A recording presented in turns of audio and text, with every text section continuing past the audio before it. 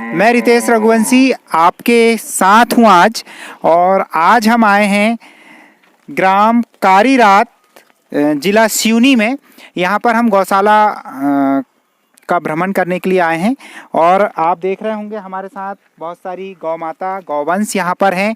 और सबसे बड़ी बात, हमारे साथ है आज श्री प्रकाश सनोडिया सर, जो जैविक खेती और गौवंश संरक्षण के लिए निरंतर कार्यरत हैं और वरिष्ठ समाज सेवी हैं।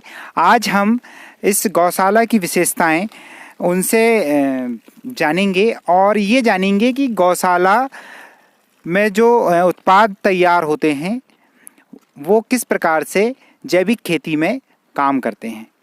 तो हम स्वागत करते हैं आदरणीय श्री सनोडिया सर जी का। नमस्कार सर जी। नमस्कार सर, नमस्कार। हमारे सबसे पहले तो धन्यवाद Raghuvanshi ji. Thank you sir. एक हमारा अभियान है जैविक कृषि का, और जैसे कि हम जानते हैं कि बिना देसी गौवंश के कुछ भी संभव नहीं है। आज पूरे विश्व में आज कृषि की जो स्थिति बनी है, खेतों में हम जो अनाप शनाप जहर बो रहे हैं, जहर खा रहे हैं, और उसके परिणाम स्वरूप पूरी दुनिया में बीमारियों का जो एक जंजाल फैला हुआ है, जो मानवता के लिए एक बहुत बड़ा खतरा बना हुआ है, उस खतरे को उस खतरे से निपटने का एकमात्र उपाय है हमारी देसी गौ माता। और उस देसी गौ माता पर आधारित जो कृषि है वही पूरे संसार को बचा सकती है। अन्यथा इसके अलावा जहाँ तक मेरी दृष्टि में अन्य कोई मार्ग नहीं है। तो हम देख पा रहे हैं कि शासन के द्वारा एक बहुत अच्छी गौशाला यहाँ बनाई गई है, और क्षेत्र से बहुत सारे किसानों के द्वारा यहाँ गाय भी पहुँचाई गई हैं। यहाँ गौशाला के अंदर जो है बहुत अच्छी फैसिलिटी है, सुविधाएं हैं गायों के लिए। और इसके अलावा यहाँ अभी जो देसी गौमूत्र है उसको एकत्रित किया जा रहा है बाहर टैंक में, और गोबर से नाडिप में खाद बनाई जा रही है। फिलहाल अभी यहाँ 2 ही काम गौवंश पर आधारित चल रहे हैं। रघुवंशी जी। जी सर, मैं आपसे जानना चाहूँगा कि ये जो गौशाला बनी है, ये इसमें देसी गाय हैं या फिर विदेशी गायों का भी यहाँ पर संरक्षण हो रहा है?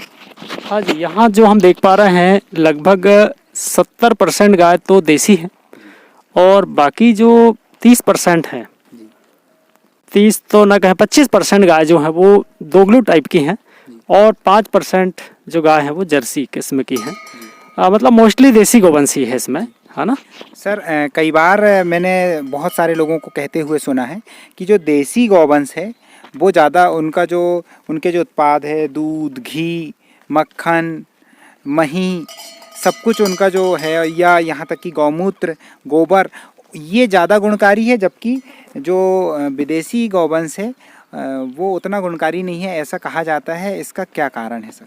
यदि हम हमारे वेदों से लेकर और जितना भी हमारा साहित्य है, और केवल साहित्य नहीं, आज तमाम जो रिसर्च सेंटर हैं जिन्होंने देसी गौवंश पर रिसर्च किया है, यदि हम सारी रिसर्च उठा के देखें तो हम एक कंक्लूजन पर पहुंचते हैं कि देसी गौवंश का तोड़ पूरे संसार में कहीं नहीं है। हर दृष्टि से, अर्थ की दृष्टि से, स्वास्थ्य की दृष्टि से, कृषि की दृष्टि से, मानवता की दृष्टि से, इवन पर्यावरण की दृष्टि से, हर दृष्टि से देसी गौवंश का कोई तोड़ नहीं है। क्योंकि देसी गाय की जो विशेषता है, देसी गाय जो होती है हमारी भारतीय गाय है, वह ऑक्सीजन लेती भी है, ऑक्सीजन छोड़ती भी है। उसका जो गोबर है उसमें ऑक्सीजन होती है। सर, मैंने साइंस में ये पढ़ा है कि हर जीव जो होता है वो ऑक्सीजन लेता है, कार्बन डाइऑक्साइड छोड़ता है। तो ये ऑक्सीजन छोड़ने वाली बात मुझे कुछ समझ में नहीं, इसका क्या मतलब, किस टाइप से क्या? ये तो प्रकृति की देन है। अच्छा। और ये केवल गाय माता को ये अधिकार मिला है इस पृथ्वी में।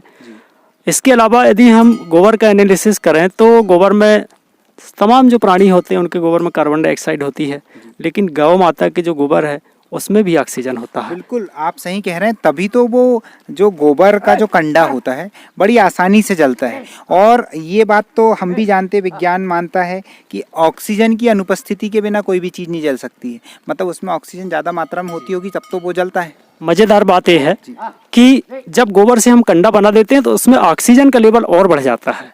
अच्छा। हाँ, उसमें परसेंटेज उसका और बढ़ जाता है जी।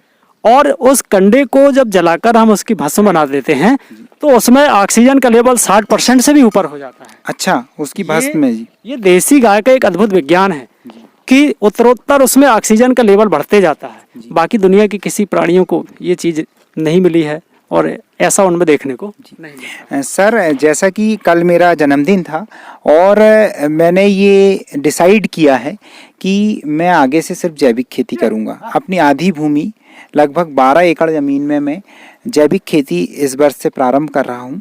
और इसीलिए जो व्यूअर्स हैं, आप सोच रहे होंगे कि ये सर पहले एजुकेशन से रिलेटेड वीडियो बनाते थे और अभी कैसे जैविक खेती की तरफ बना रहे हैं। तो मैंने ये डिसाइड किया है कि एजुकेशन और जैविक खेती दोनों से रिलेटेड और जो भारतीय संस्कृति को बढ़ाने वाली चीज़ें हैं उनसे सबसे रिलेटेड वीडियोस इस चैनल पे आएंगे। तो मैं सर से मिलने इतनी दूर इसीलिए आया हूँ। मैं छिंदवाड़ा ज़िले से हूँ। सर से मिलने मैं सिवनी ज़िले आया हूँ, सर के गांव। और पास में ये जो गौशाला है यहाँ पर हम लोग गौमूत्र और जैविक खाद के बारे में जानकारी लेने के लिए आए हैं।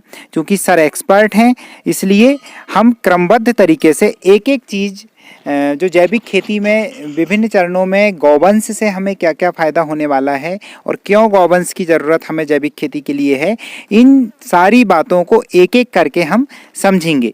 भूमि की तैयारी से लेकर के जो खाद है और जो कीटनाशक है, कीट प्रकोप जब आएगा तो हम किस टाइप से इनसे ही कीटनाशक तैयार करें, इनसे ही यूरिया तैयार करें, इनसे ही पोटास तैयार करें, वो सारी विधियों को हम आज इस वीडियो में सर से सॉल्यूशन लेने वाले हैं। तो आदरणीय श्री सनोडिया सर जी, आप हमें ये बताने की कृपा करें कि जब हम जैविक खेती की शुरुआत करते हैं, हमने ज़मीन को तो बखर लिया है अच्छे से, उसमें हल चलवा लिया है और कल्टीवेटर रोटावेटर सब कुछ चल चुका है। अब हमें अगला चरण क्या करना चाहिए सर? सबसे पहले तो हमें ये देखना है कि यदि हम जैविक खेती में आ रहे हैं तो हमारा आधार जो है देसी गौ माता ही होना चाहिए। सबसे पहले हमें देसी गाय के जो कंडे हैं उसकी भस्म बनाकर 600 ग्राम प्रति एकड़ की दर से उसको पानी में स्प्रे हमें करना है, ताकि हमारी मिट्टी का जो जहर है जो हमने अभी तक डाला है वो जहर से वो धीरे धीरे क्रमशः मुक्त हो जाए, हमारी जो मिट्टी नेगेटिव हो गई वो पॉजिटिव हो जाए। तो पहला काम हमें करना है, देसी गाय के कंडे की भस्म 600 ग्राम प्रति एकड़ हमको स्प्रे करना है, कम से कम 2 से 3 बार स्प्रे करने पर ही उसमें मिट्टी जो है उसमें काफ़ी चेंज आ जाता है। इसके अलावा सेकंड चरण हमारा आता है कि देसी गाय का जो गौमूत्र है उसको हम गोबर और गौमूत्र, तो गोबर को तो हम डिकम्पोज कर लें या तो वेस्ट डिकम्पोजर से या गौ कृपा अमृत बैक्टीरिया से। और बैक्टीरिया से जब हम डिकम्पोज करके खेत में खाद डालेंगे तो वो खाद बहुत पावरफुल होगी और उसका जो इकोलॉजी सिस्टम है वो बहुत शानदार होगा, उसमें बीमारियाँ कम आएंगी, फंगस कम आएंगी। तो पहला चरण हो गया भस्म का, दूसरा चरण हो गया डिकम्पोजिंग खाद का। अब इसके अलावा जो तीसरा चरण है हमारा कि हमें जो रासायनिक खाद है उसका विकल्प देना है, और उस विकल्प को देने के लिए हम घर पे ही पोटास बना सकते हैं, घर पर सुपर फास्फेट बना सकते हैं। इसके अलावा हम यूरिया बना सकते हैं। गौमूत्र का प्रयोग भी जो है यूरिया के विकल्प के रूप में किया जाता है। उसके अलावा कीटनाशक तैयार करने में बहुत बड़ी भूमिका है। चौथा, हम देखते हैं कि गौमूत्र अपने आप में इतना पावरफुल होता है कि यदि हम खेत में लगातार उसका छिड़काव करें तो खेतों में मित्र कीट ज़्यादा मात्रा में बढ़ने लगते हैं, शत्रु कीट जो हैं कम होने लगते हैं और हमारी खेती में बीमारी लगना ही धीरे धीरे क्रमशः कम हो जाती है। जी सर, अब ये जो जैविक खेती की मैं शुरुआत कर रहा हूँ, मुझे बहुत सारे नेगेटिव बातें सुनने में आई हैं। लोग बोलते हैं कि जैविक खेती में उत्पादन नहीं मिलता है, जैविक खेती का मार्केट डेवलप नहीं है, जैविक खेती महंगी है। तो सर मैं जानना चाहता हूँ कि इसमें खर्च कितना आता है जैविक खेती में? ये एक्चुअल में एक बहुत गलत धारणा है आज हम किसानों के बीच में। हाँ, इतना ज़रूर है कि सबसे बड़ी बात होती है मनोभूमि बनाना, जैसा कि हमारे रघुवंशी जी ने कल से संकल्प लिए हैं। तो पहली बात है कि जिस दिन यदि हम संकल्प लें, तो संकल्प यदि आपका है तो आप दुनिया की हर परेशानियों का सामना करके और अच्छा कर सकते हैं। तो इसमें ज़्यादा कोई ऐसा बड़ा सेटअप लगाने की ज़रूरत नहीं है। ये आपको गाय रखना है, 1 एकड़ गाय से आप 3 से 4 एकड़ खेती बड़े आराम से एक गाय से कर सकते हैं, उसके गोबर गोमूत्र का उपयोग करते हुए शानदार तरीके से। दूसरा, यदि गाय दूध नहीं भी देती है तो एक देसी गोवंश हमारा कम से कम आपकी जो इनकम है 3 से 4 हज़ार रुपये महीने की खाद बनाकर वो आपको दे सकता है। उसकी थोड़ी सी आपको प्रोसेसिंग करनी है और अपने खेतों में उसका प्रयोग करना है। तो देसी गोवंश जो है बहुत बड़े फायदे की चीज़ है। अभी उसके विज्ञान को हमें समझ, जिस दिन हम उसका विज्ञान समझ जाएंगे तब हमें उसकी अहमियत समझ में आएंगी और फिर हम अपने घर से गायों को जो है उनका पलायन नहीं कर पाएंगे, ना वहाँ कहीं गौशाला में हम उनको छोड़ के आएंगे। सर, तो अब मेरी भूमि तैयार हो गई है। अच्छा, फसल का चयन मैंने ये सोचा है कि ऐसी फसल का चयन करूं जिसमें उर्वरक की मात्रा ना ही लगे तो बेहतर है। मतलब कि जिनमें राइजोबियम जिनकी जड़ों में पाया जाए, दाल कुल के जो पौधे हैं, उनका मैंने सोचा है सर अभी करने की। तो उसके लिए मुझे और क्या करना चाहिए, थोड़ा मार्गदर्शन दें सर। हाँ जी, उसके लिए तो ऐसा है कि जैसे अभी खरीफ के मौसम में अपन जैसे राहर की फसल अपन लगा सकते हैं। इसके अलावा राहर के बीच में अलसी है, कुछ अच्छी देसी किस्म के जो धान है वो भी थोड़ा थोड़ा, या देसी जो मक्का है। हमें सबसे ज़्यादा प्रेफरेंस देना है हमारी देसी किस्मों को, जिसमें बीमारियां कम आती हैं और वो पावरफुल भी होती हैं, खाने वाले को भी उसमें फ़ायदा होता है, स्वाद भी होता है और हमें बार बार बीज खरीदने का झंझट भी नहीं होता। तो अपनी ज़मीन की स्थिति को देखते हुए हम अपनी क्रॉप का चयन कर सकते हैं। और यदि हम मल्टी क्रॉप का यदि फार्मूला प्रयोग करें, यदि हमारे पास श्रम शक्ति है तो वो बहुत ही कारगर सिद्ध होगी और उसमें फसल चक्र भी अपना बरकरार रहता है। तो सर जी, एक चीज़ और मैं जानना चाहूँगा आपसे कि चलिए मैं जानना चाहूँगा सर कि बेस्ट डिकम्पोज़र कैसे बनाते हैं। हाँ जी, बेस्ट डिकम्पोज़र जैविक अनुसंधान केंद्र गाजियाबाद ने 2015 में इसको तैयार किया था और तब से लेकर आज तक लगभग भारत में 20 से 25 लाख किसान इसका उपयोग कर रहे हैं। ये इतना शानदार बैक्टीरिया है कि इसकी सहायता से हम अपनी खेती की जो लागत है उसको 50% तक घटा सकते हैं। पहली बार में ही यदि आप चाहे रासायनिक खेती करें या जैविक खेती करें, दोनों लोगों के लिए यह बैक्टीरिया फ़ायदेमंद है। अब चूंकि आप तो जैविक में आ रहे हैं तो आपके लिए तो और ज़्यादा फायदेमंद है। बेस्ट डिकम्पोज़र बैक्टीरिया जो है उससे हम बहुत अच्छी खाद तैयार कर सकते हैं गाय के गोबर से, या हमारे पास जो सूखा कचरा होता है, खेतों से निकला हुआ वेस्ट होता है, उसको हम 40 से 45 दिन में बेहतरीन खाद के रूप में प्राप्त कर लेते हैं। और जब वो खाद हम खेतों में डालते हैं वो पूरी तरीके से डिकम्पोज होती है और उसमें पैदावार सामान्य जो घोड़े की खाद होती है उससे ज़्यादा आती है। और इसको बनाने की विधि बहुत ही आसान है। 100 लीटर बेस्ट डिकम्पोज़र बनाने के लिए आपको ज़रूरत पड़ेगी एक 100 लीटर की टंकी पानी की, 1 किलो गुड़ और थोड़ा सा बेस्ट डिकम्पोज़र का जामन। सिर्फ 1 किलो गुड़? मात्र 1 किलो गुड़, मतलब कि 1 किलो गुड़ 30 रुपए का। 30 रुपए का। और जामन कितने का सर? जामन तो निःशुल्क अपने गायत्री परिवार के द्वारा निःशुल्क वितरण किया जा रहा है जी। तो मतलब कि सर मात्र 30 रुपए में 1 एकड़ के लिए हम बेस्ट डिकम्पोज़र बना सकते हैं। 1 एकड़ के तो नहीं कह सकते, क्योंकि यदि हम शुरुआत कर रहे हैं जैविक की तो हमें 1000 लीटर पर एकड़ कम से कम एक फसल में 3 बार देना है। और यदि हम 3 बार देते हैं तो 10 या 30 किलो गुड़, मतलब यदि हम उसको 30 से 900 रुपये का गुड़ 1 एकड़ में एक क्रॉप के लिए पर्याप्त होता है। हम देखते हैं कि एक पोटास की बोरी उसका रेट भी जो है 900,000 के आसपास है। तो इसका बेनिफिट ये मिलेगा कि जब 3 बार ये डलेगा तो आपका उत्पादन पहली बार में ही, यदि रसायन कर रहे हैं तो 20% ज़्यादा आएगा और जैविक कर रहे हैं तो भी ज़्यादा घाटे में आप नहीं जाएंगे। सर एक और चीज़ मैं ये जानना चाहूँगा कि अपना जो जैविक खेती का जो कॉन्सेप्ट है उसमें खाद की व्यवस्था, उर्वरक की व्यवस्था तो हम जैविक उर्वरकों से कर ले रहे हैं, लेकिन जो कीट लगेंगे, जब कीट प्रकोप हमारी फसलों पे आएगा तब हम क्या करेंगे?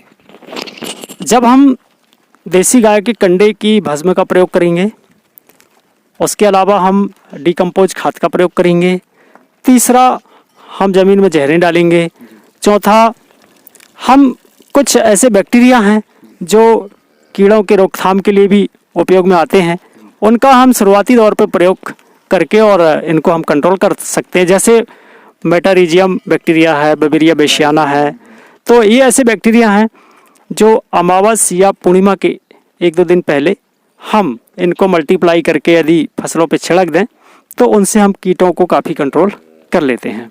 अच्छा, फिर भी अगर कीट लग जाए तो सर? नहीं, बैक्टीरिया डालने के बाद तो कीट की संभावना नहीं रहती है। और हाँ, एक बात ये भी है कि जब हम जैविक करते हैं तो कीट तो लगेंगे ही, स्वाभाविक है, लेकिन वो हमारी फसलों को ज़्यादा क्षति जी सर, मैंने वो कीटनाशक वाला आपने एक वीडियो में बताया था, कीटनाशक सीताफल की पत्ती, कोना की, जी 5 प्रकार की पत्तियां थी, 2.5 किलो जो ले रहे थे हम। 2.5 किलो सीताफल की पत्ती, 2.5 किलो अकोना की पत्ती, 2.5 किलो नीम की पत्ती, 2.5 किलो बेशरम की पत्ती, और साथ ही लहसुन आधा किलो मिर्च, लाल मिर्च, उसका जो गौमूत्र 20 लीटर गौमूत्र में मिलाकर जो बनाने वाला आपने बताए थे, उसको थोड़ा सा विस्तार से। हाँ, उसको अपन 5 पत्ती काढ़ा या 10 पर्णी अर्क, तो 5 पत्ती काढ़ा के माध्यम से भी हम कीटों की रोकथाम करते हैं। और उसको हम डीकम्पोजर बैक्टीरिया की मदद से हम बहुत जल्दी तैयार कर लेते हैं। और उससे फ़ायदा होता है कि हालांकि एक बात है कि डायरेक्ट एकदम से जैविक में हम कीटों कंट्रोल नहीं कर पाते, लेकिन धीरे धीरे एक समय बाद ऐसी स्थिति आती है 6 महीने के अंदर कि खेतों में हानिकारक कीट लगना ही कम हो जाते हैं, फंगस कम हो जाता है, कीटों का प्रकोप कम हो जाता है। और यदि हम उसमें देसी बीजों का यदि हम प्रयोग करना चालू कर दें तो देसी बीजों का प्रयोग करने से तो उनमें बीमारियां बहुत कम आती हैं। सबसे ज़्यादा बीमारियों का जो जंजाल है वो रासायनिक खेती और हाइब्रिड बीजों के कारण आ रहा है। तो हमें हमारा जो इकोलॉजी सिस्टम है, जैविक के माध्यम से पूरा इकोलॉजी सिस्टम को दुरुस्त करना है। जब इकोलॉजी ठीक हो जाती है तो बीमारियां ऑटोमेटिक कम आती हैं। जी, बहुत बहुत धन्यवाद सर मार्गदर्शन देने के लिए। सर, अपन इस गौशाला में चल के थोड़ा देखें? जी जी बिल्कुल। जी, जैसे कि मैं यहाँ देख पा रहा हूँ, इस तरफ में भूसा गोदाम भी बना हुआ है, हमारे व्यूअर्स को भी दिखाते हैं।